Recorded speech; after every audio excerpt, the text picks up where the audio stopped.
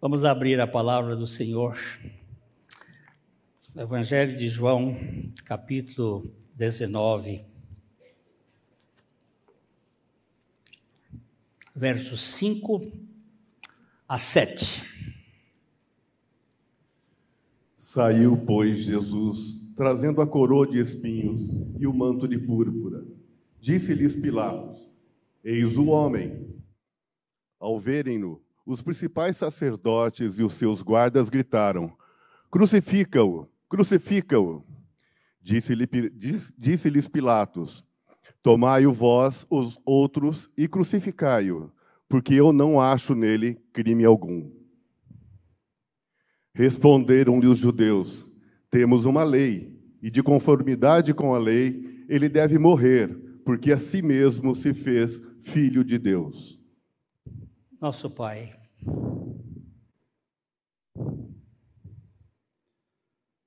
nós não somos capazes de compreender a Tua palavra e o Teu propósito. Portanto, nós requeremos do Senhor a misericórdia nessa noite, para falares aos nossos corações, para tocares nas nossas vidas, para salvares aqueles a quem Tu tens escolhido. Não permitas que vidas não sejam edificadas pelo Teu Espírito e pela Tua palavra. Em nome de Jesus. Amém.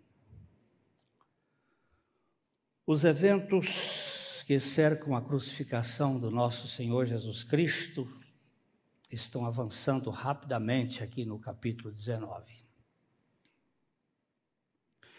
Em pouco tempo, o rei de Israel, entre aspas, para aqueles, será crucificado pela religião de Israel. Quem é ele?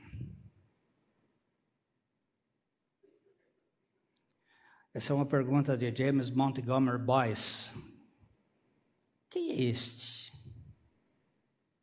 que em breve há de ser crucificado? Quem é ele? Quem é esse homem?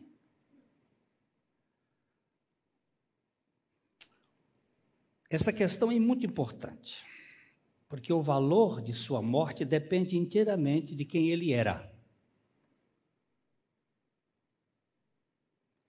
Se ele era um criminoso, merecia morrer. A pena de morte era um assunto que graçava na legislação romana, era fato.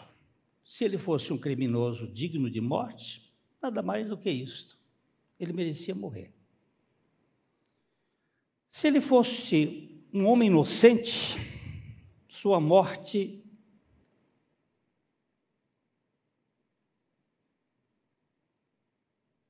falava apenas de um erro da justiça. Foi um erro processual.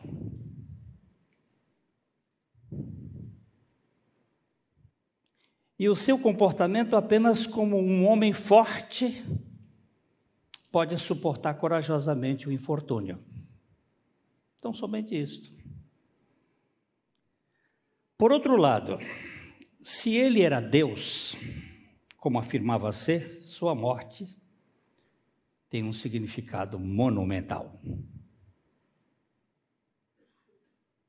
Primeiro, porque matar Deus é um absurdo lógico.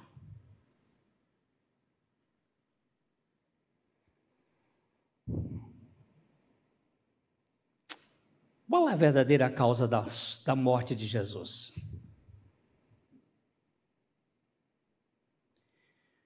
Vemos quão inescapável é essa questão nos versículos 6 e 7. Vamos voltar de novo a ler os versículos 6 e 7.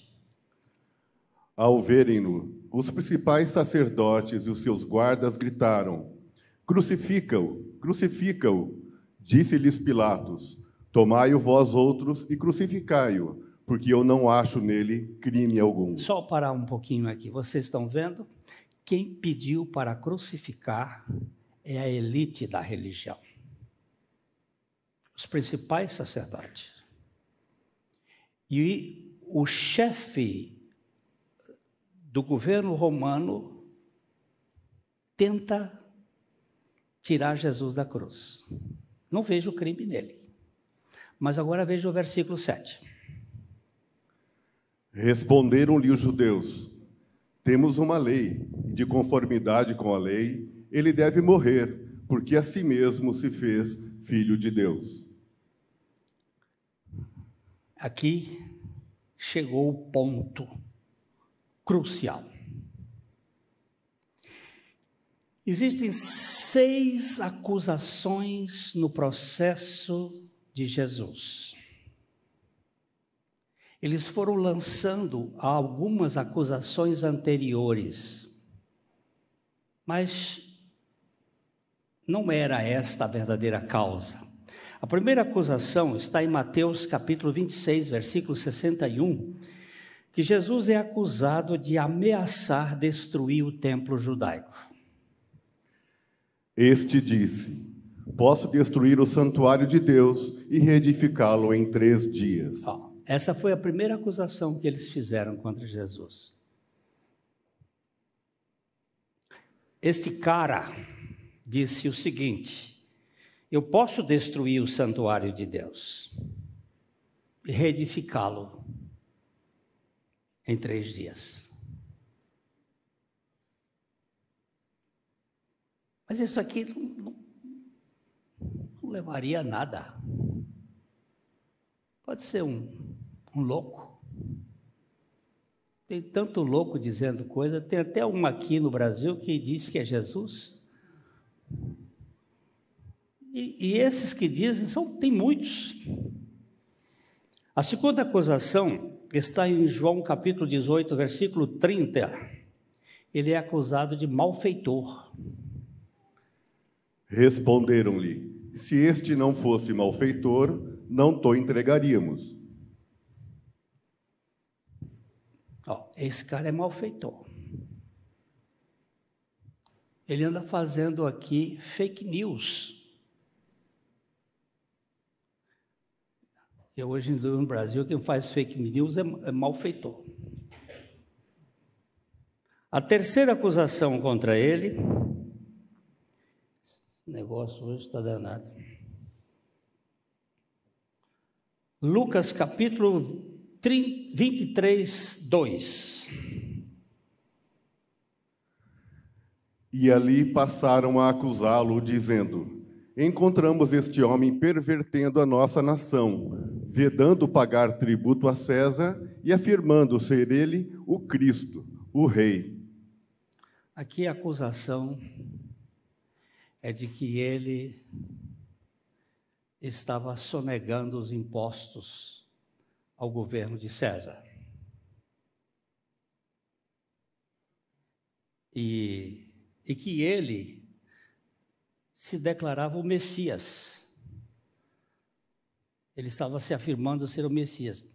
Mas isso também, para eles, não pesava tanto. A quarta acusação, estamos em Lucas 23. Tá certo, é a mesma coisa. Ele acusou de perverter a nação e de pagar o tributo a César, a quarta. A quinta acusação é Lucas 23, 5. Insistiam, porém, cada vez mais, dizendo: ele alvoroça o povo, ensinando por toda a Judéia, desde a Galiléia, onde começou, até aqui. Ele é considerado um agitador. Ele é um agitador. E nós temos que tirá-lo do caminho. A sexta acusação é no mesmo texto de Lucas 23, que vão dizer que ele se declarava rei dos judeus. Então ele é acusado de destruir o templo para reconstruir, de malfeitor, de perverter a nação, de proibir que os judeus pagassem os impostos a César, de ser um agitador e de ter se feito o rei. Essas 6 acusações são sérias, mas não eram a causa, não era o ponto. E aqui no versículo 7, não é? A verdadeira razão era o ódio dos líderes judeus por Jesus, ou para o julgamento do caso contra ele, pelo fato de ele dizer: sou filho de Deus.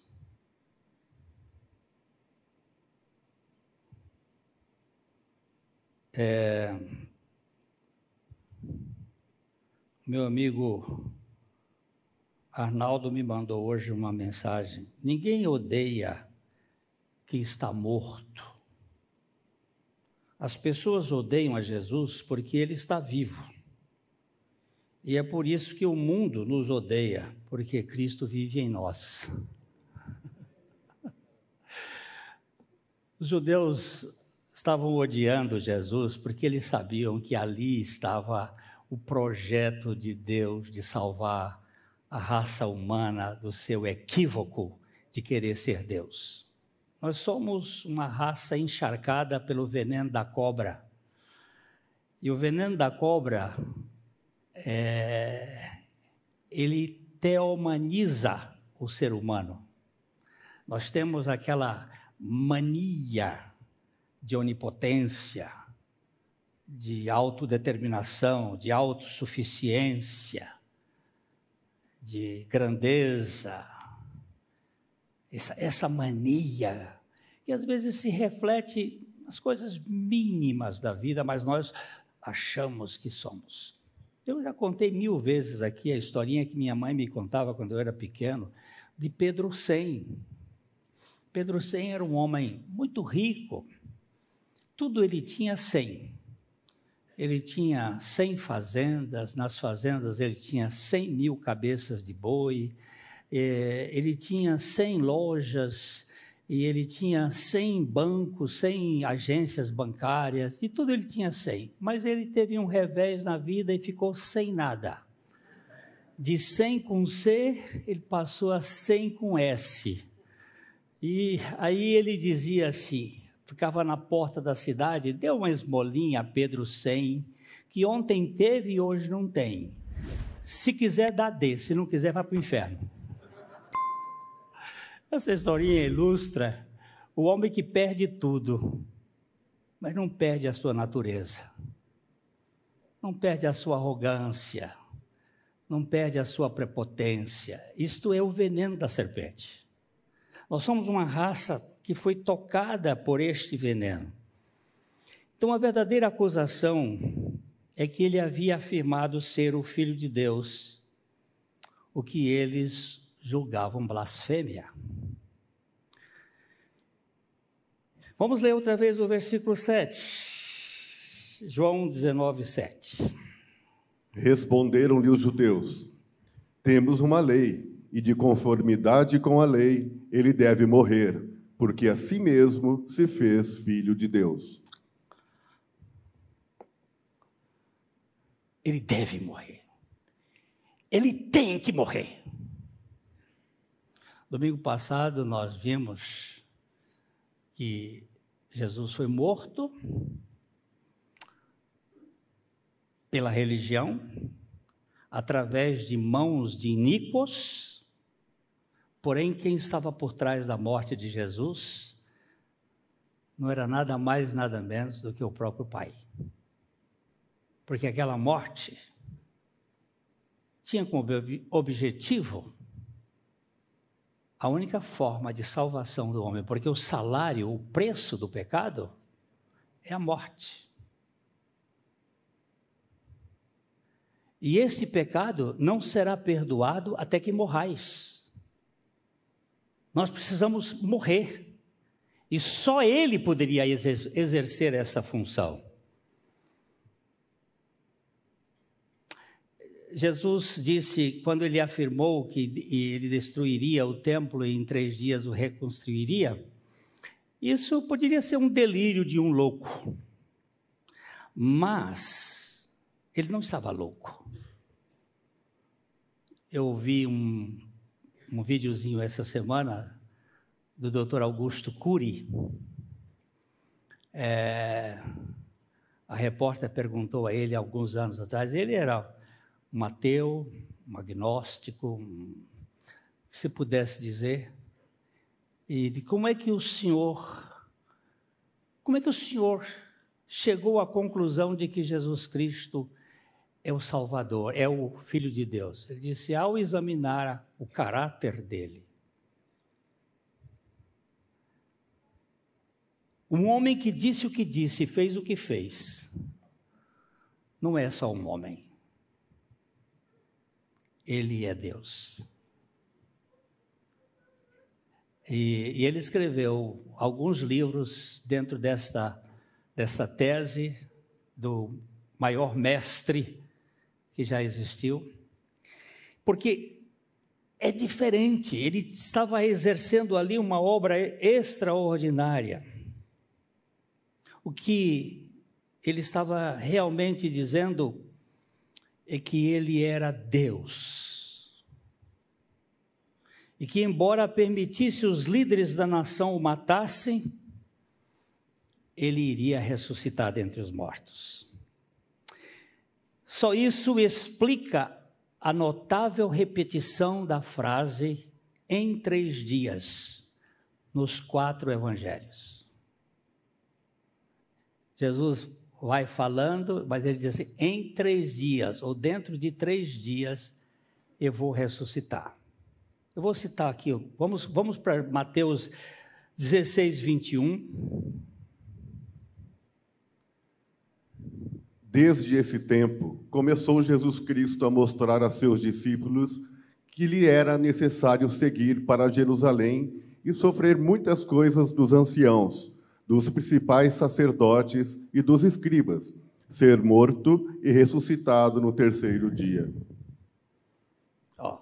E isso no livro do Evangelho de Mateus, ele diz 1, 2, 3 vezes que ele iria ressuscitar no 3º dia. Marcos 8, 31.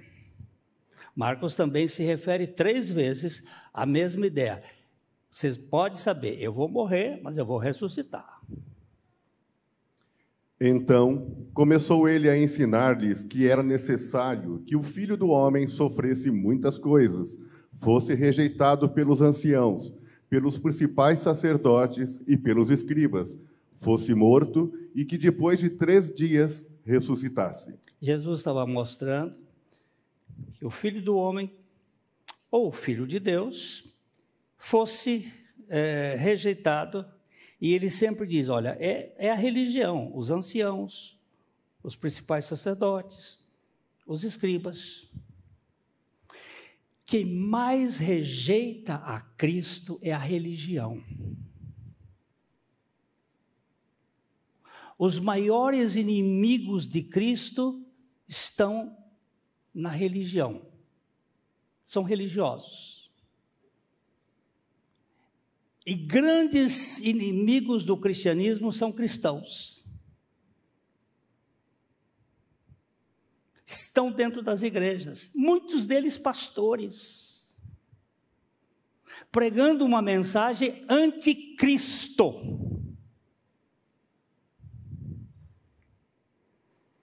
Vamos ver Lucas. Eu não vou citar todos porque tem muitos aqui. Lucas 9, 22. Dizendo, é necessário que o Filho do Homem sofra muitas coisas, seja rejeitado pelos anciãos, pelos principais sacerdotes e pelos escribas, seja morto e no 3º dia ressuscite. É interessante que muitos assuntos só Mateus fala. Muitos assuntos só Marcos fala. há alguns assuntos que só Lucas fala, outros que só João fala. Os 4 evangelistas falam sobre esse assunto.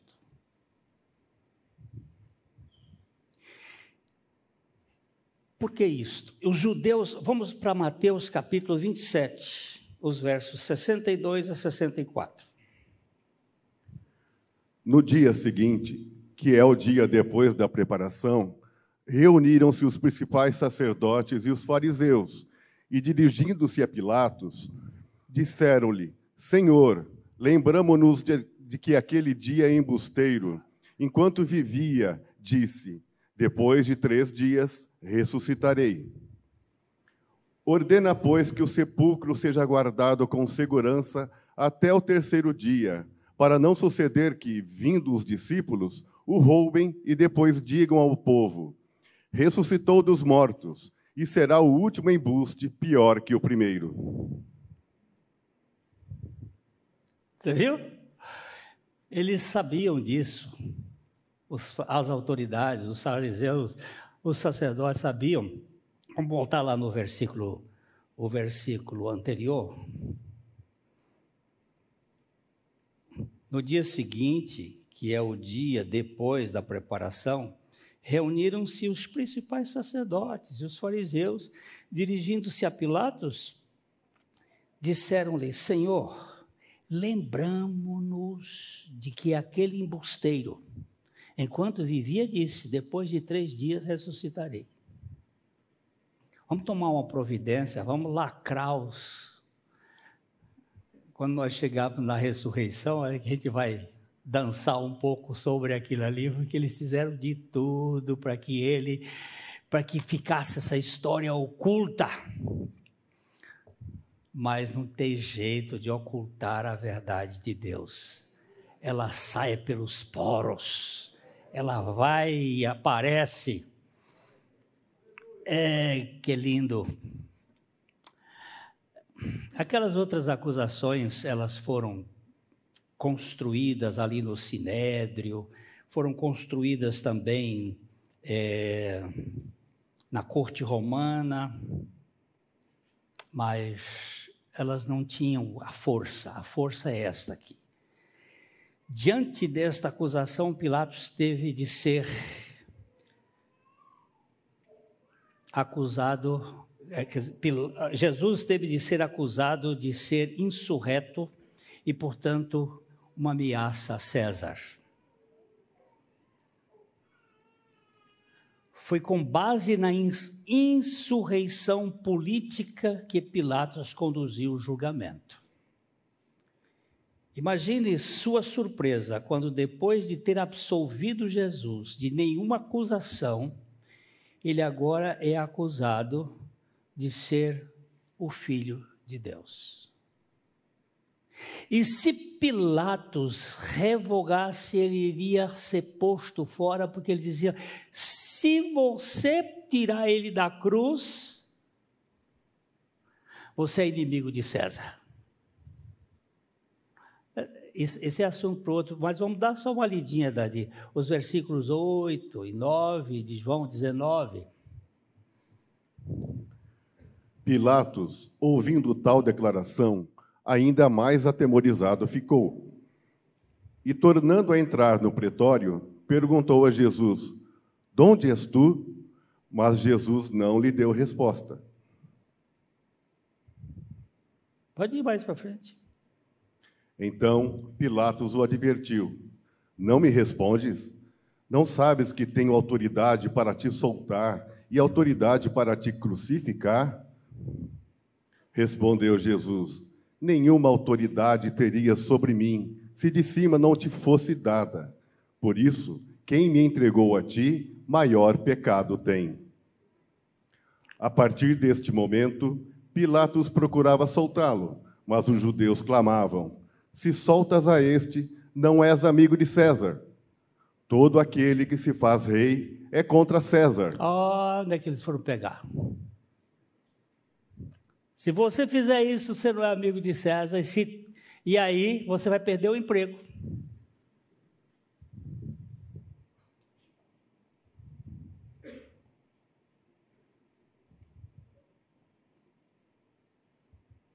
Isso aqui é para outro domingo, não vou mexer nele agora.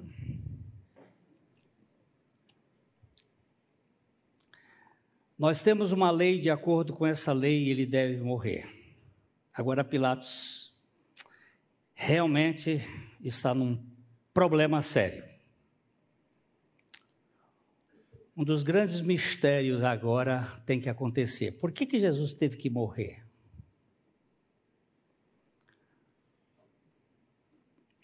Aqui nós temos a junção de duas palavras. Cristo, o Messias, Deus. Jesus, o Filho do Homem. Cristo, Jesus. Cristo, o Deus que se encarna no Jesus histórico. Só este homem, ninguém mais, poderia nos redimir de nossa história. Porque tinha que ser realmente Deus e realmente um homem sem pecado. Jesus, ele é filho de Maria, ele não é filho de Adão. Ele é filho de Eva.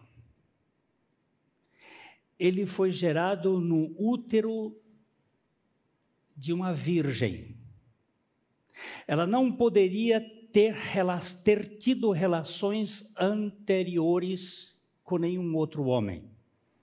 Porque no momento em que você tem uma relação sexual com uma mulher, vice-versa, o sêmen é lançado, as sementes dele é lançado nela e as dela passam para ele. Há uma relação de uma só carne. Qualquer relação. O apóstolo Paulo diz que todo aquele que se junta com uma prostituta se torna uma carne com ela. Eu fui beneficiado em ter relação com a minha mulher, porque as células dela passaram para mim e eu fiquei mais bonito. É engraçado isso, que nós passamos um ao outro, as nossas células, elas transfusionam-se. Maria não podia ter tido relações com homem nenhum, porque estaria nas suas células os efeitos do pecado. Quando o Espírito Santo a tomou para que gerasse nela o ente perfeito, sem pecado. Ele tinha uma natureza terrena sobre os efeitos da queda, mas ele não tinha o velho homem, o servo do pecado. Ele não tinha pecado nele. Ele tinha que ser este sangue puro, um sangue sem contaminação do pecado, para derramar em favor dos pecadores. E tinha que ser Deus, completamente Deus, para nos crucificar com Ele. Nós não fomos crucificados com Jesus, nós fomos crucificados com Cristo. Nós fomos crucificados com Cristo em Jesus. As duas naturezas estão agora aqui naquilo que os teólogos chamam de união teantrópica. Thea é Deus, antropos, homem. A união teantrópica de Deus para salvar a arrogância antropológica do homem. Para salvar o homem da sua mania de querer ser Deus, da sua onipotência, da sua capacidade, do seu desejo de poder viver fora da relação com Deus. Tinha que ser algo transcendental. Aqui reside a grande revolta da religião. A religião quer que o homem seja salvo pelos seus próprios méritos. Só os méritos das obras do pecador podem satisfazer o seu desempenho no processo da sua salvação. Eu vou ler aqui um trecho do rabino Menachem Mendelssohn Schneerson, que viveu de 1902 a 1994, foi rabino de Nova York. Eu estou fazendo uma pesquisa para uma aula que eu vou dar dia 11 lá no seminário e eu topei com esse texto que eu escrevi num dos meus livros atrás. Ele diz o seguinte: a propensão ao trabalho e à realização é um componente essencial da vida humana. Como dizem os sábios, todas as pessoas foram criadas para o labor. Uma pessoa não pode ficar satisfeita se não for produtiva e laboriosa. A natureza humana detesta receber alguma coisa em troca de nada. Pão da vergonha é como os sábios chamam isto. Isso aqui é uma voz antigraça. É a voz da religião. Eu tenho que fazer alguma coisa para merecer. Isso é o oposto da graça de Deus. A pessoa sempre quer ter algum merecimento para poder. Eu orei muito. Quando é que é muito em oração? Me conta. Quando a Bíblia diz assim, orai sem cessar, quando é que é muito? É a mesma coisa dizendo, eu respirei muito. Não tem respirei muito, eu estou respirando sempre. Isso é um troço de arrogância. Você quer ver uma arrogância? Eu me operei. Você se operou? Não foi o médico, mas a gente usa essa expressão. Eu tenho muita fé. Quanto é muita fé? Jesus disse, se você tiver fé, do tamanho de um grão de mostarda, você vai dizer ao monte, sai daqui, planta-te no mar. Quanto é que é muita fé? De onde procede isto?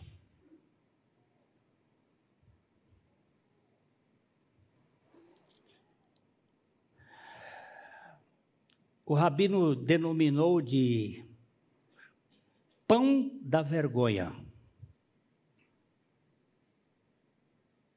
Você sabe por que o povo de Israel se irritou com Deus e chamou de pão vil, nojento, lá no deserto? É isto. É o senso de não trocar nada. Não tem uma correspondência. Para o rabino Menachem Mendelssohn, não negociar não é uma coisa boa. Você tem que negociar com Deus.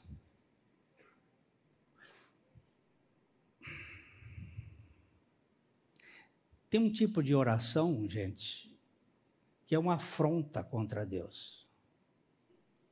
Você tem que orar até entregar. E depois que você entrega, você tem que louvar até a coisa acontecer.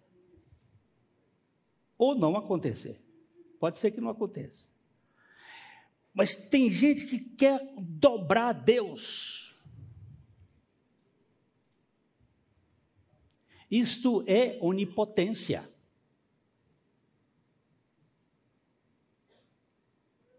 Nós precisamos entender que a graça de Deus, ela nos humilha.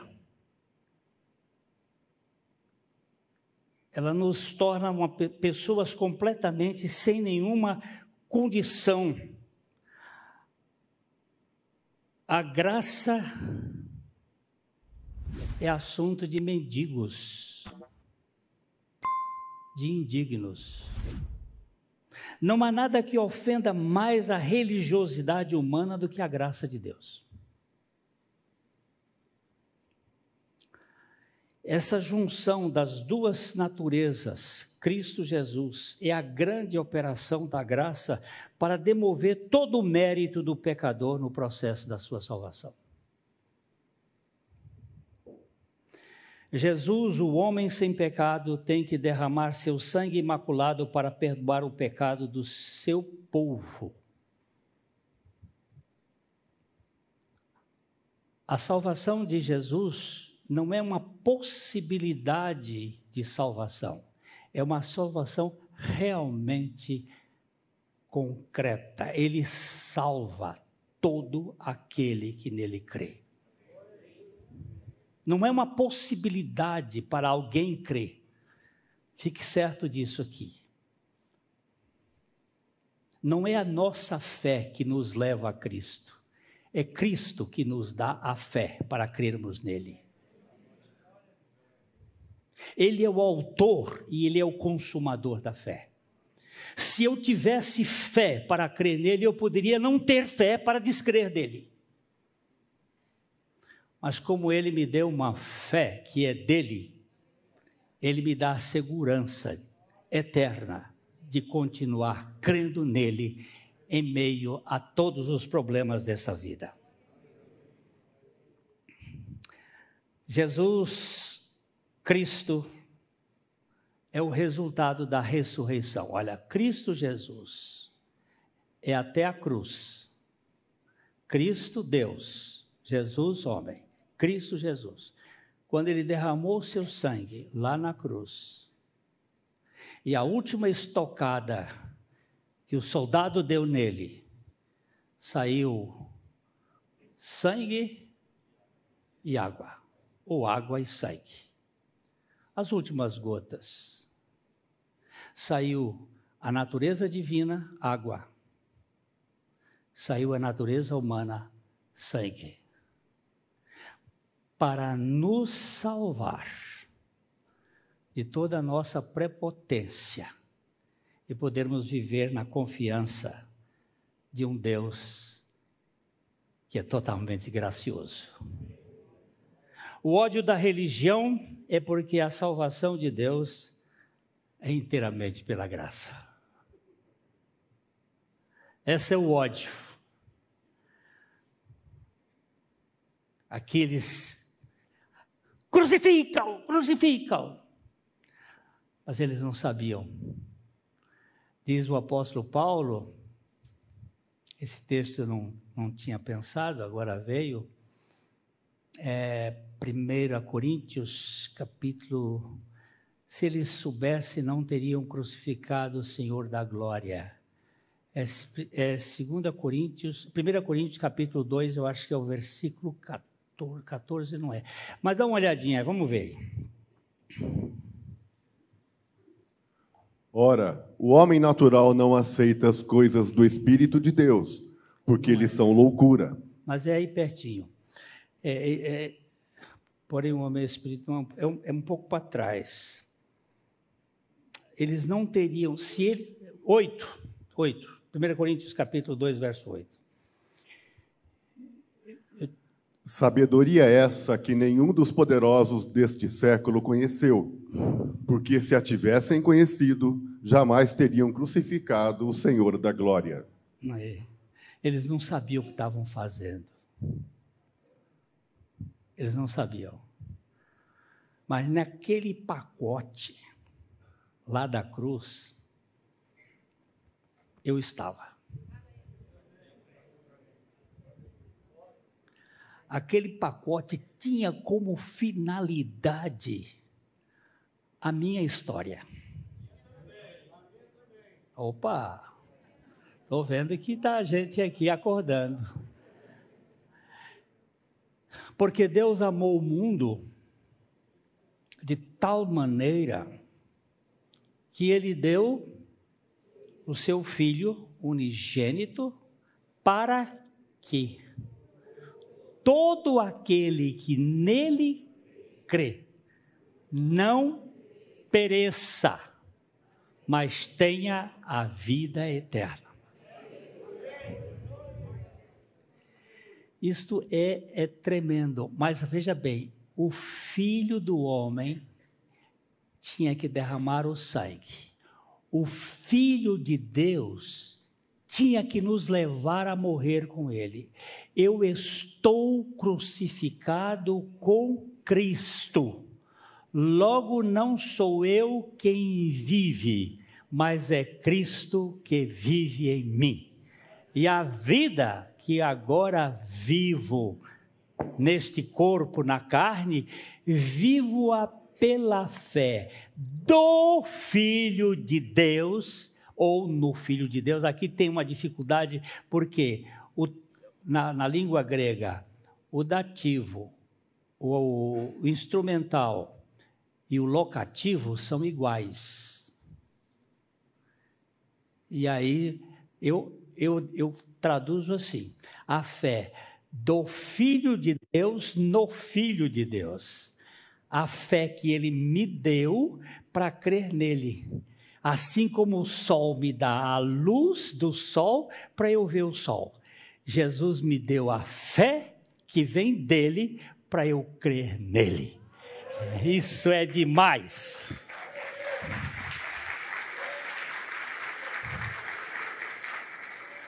Aí os religiosos ficam doidos. Não pode, não pode, pode. Foi assim que ele fez. E é para a sua história. Se você crê, você pode entrar no descanso. Se você não crê. Pastor Maurício trouxe uma mensagem hoje pela manhã, muito preciosa. É a 4ª mensagem sobre a língua. Você não viu? Pode ir lá no YouTube depois e ver. E ele não foi barato, não. Não foi barato, não. Deixou o negócio bem no lugar. Você crê, você está salvo. Você não crê, vai para o inferno. E aí, nós fomos almoçar, já estou acabando. Nós fomos almoçar, com minha esposa, depois saímos, encontrei um amigo e ele fez aquela festa, e fomos conversar e tal. Ele disse: sabe como é que começou a minha vida espiritual? Você e a Vera, minha sobrinha Vera, me levaram para assistir uma conferência, um acampamento. Era você e o pastor Abuchaim que estavam pregando. E ele disse assim: aquele velho, ele não puxava a orelha, ele arrancava. E aquilo plantou lá no meu coração. E agora, ele contando da sua experiência com o Senhor. Então, meu amigo, se você crê, você é dos que, por quem Cristo morreu. Se você não crê, pode ter certeza que você vai para o inferno eternamente. É tão resumidamente isto. Isso não é brincadeira, isto é sério, e isso é o assunto. Como eu disse que ia acabar, eu vou acabar. Mas eu vou só dizer aqui, acabei aqui, tá? Eu contar aqui uma historinha e a gente vai. O pastor Abuchaim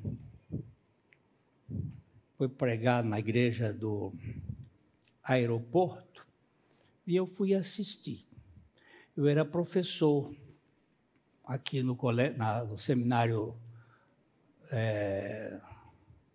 Isbel, Instituto Seminário Bíblico de Londrina, e o reitor me convidou para ir assistir. Eu era um pastor aqui, estava há 2 anos, enfatuadinho, assim daqueles metido a besta, todo engomado. E cheguei lá, fui ouvir um velhinho, esquisito, a calça pegando marreca, aquela roupa, camisa volta ao mundo, gravatinha estreita, tudo assim, fora do tempo. E ele estava tocando uma música na sanfona, no acordeon. O Espírito de Deus habita em mim. Glória a Jesus, porque Ele habita em mim. Tenho a sua plenitude, santidade e poder, porque o Espírito de Deus habita em mim. E ele cantava, eu me lembrava de um ceguinho que eu conheci, que fazia... Aí eu disse, o que eu vim amarrar minha égua aqui? E depois ele botou a sanfona, eu tenho isso tudo na cabeça, assim. Ele tirou a sanfona, botou no chão e disse, hoje nós vamos tratar sobre a morte do velho homem. 15 minutos depois eu estava tremendo com a Bíblia na mão e dizendo, isso não é minha experiência, isso não é minha experiência, meu Deus, eu nunca vi isso, eu nunca li isso na tua palavra, eu nunca vi isso, Senhor, tem misericórdia. Não aconteceu, eu só chorei, mas a partir daquele momento, eu creio no que estava escrito ali. No outro dia eu fui pregar lá no Isbel, eu dava aula, e naquele dia eu estava designado para pregar. Eu terminei de pregar e o pessoal veio falar comigo, pastor, que bênção, pregação, que bênção, aquela coisa de puxa-saco.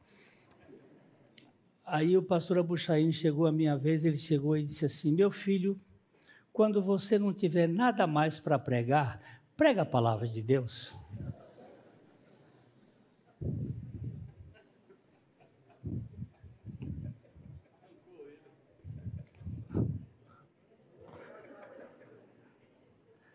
Mas olha, que bênção. Que bênção. O que eu estou chamando a atenção aqui, gente, vocês têm que escutar a palavra de Deus. Você vai escutar muita coisa no sistema da comunicação do mundo moderno hoje. Pregadores que pregam bonito, que pregam coisas interessantes. Mas se não tratar da sua morte com Cristo, abra o olho. Porque se você não morrer, você não vai ressuscitar. E se você não ressuscitar com a vida de Cristo, você no céu não vai entrar. É simples assim. Mas como é que eu faço isso? Você não faz, ele já fez. É graça. E essa graça é crer. Senhor, tu me dás a fé para eu crer na tua palavra. Amém?